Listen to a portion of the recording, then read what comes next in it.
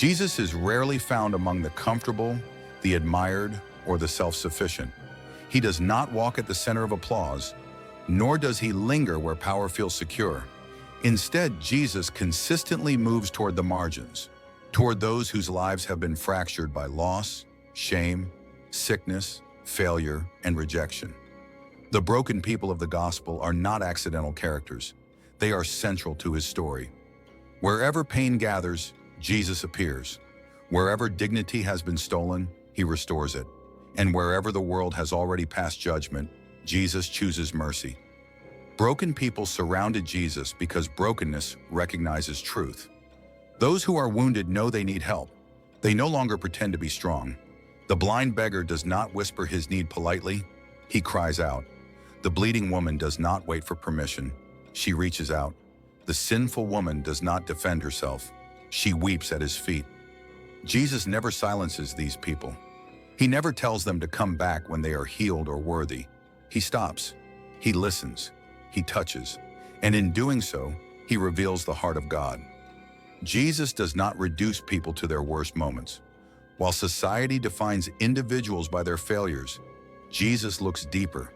When he meets the woman caught in adultery, he does not deny her sin, but he refuses to let it be her identity. While others lift stones, Jesus lifts her humanity. He bends down beside her, not towering above her in judgment, but standing with her in vulnerability. His words, "Neither do I condemn you," are not permission to remain broken, but an invitation to rise without shame. Grace in the hands of Jesus becomes the soil where real transformation grows. What makes Jesus different is not only his compassion, but his willingness to be interrupted by pain. He allows broken people to slow him down. He stops for the blind man while crowds rush forward. He turns around for the woman no one else notices.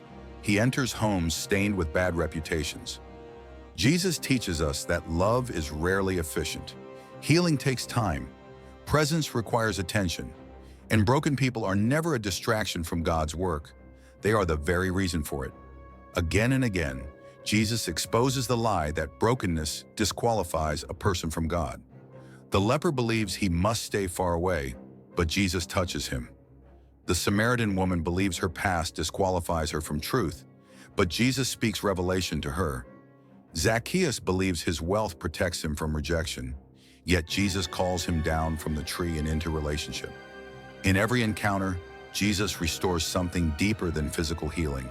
He restores belonging. He gives people back their names, their voices, and their worth. Jesus understands that the deepest wounds are often invisible.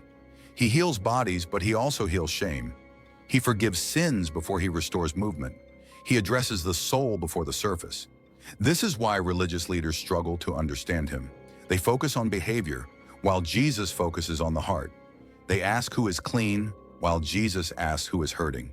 And when he chooses to associate with sinners, the broken and the rejected, he reveals that God's holiness is not fragile, it is compassionate.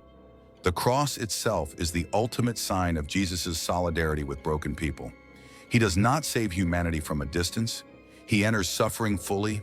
He carries betrayal, injustice, loneliness, and physical pain into his own body. On the cross, Jesus becomes identified with every broken person who has ever felt abandoned. His cry, my God, why have you forsaken me?" echoes the cry of all who have felt forgotten. In that moment, Jesus stands where broken humanity stands, so that broken humanity would never stand alone again. Even after the resurrection, Jesus continues to seek the broken. He does not appear first to the powerful, but to the grieving. He does not scold Thomas for doubting. He invites him to touch his wounds. The risen Christ still carries scars. This tells us something profound.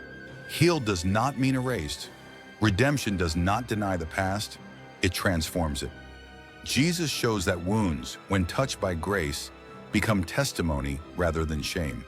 Today, the story has not changed. Jesus is still near to the brokenhearted. He still listens to prayers whispered through tears.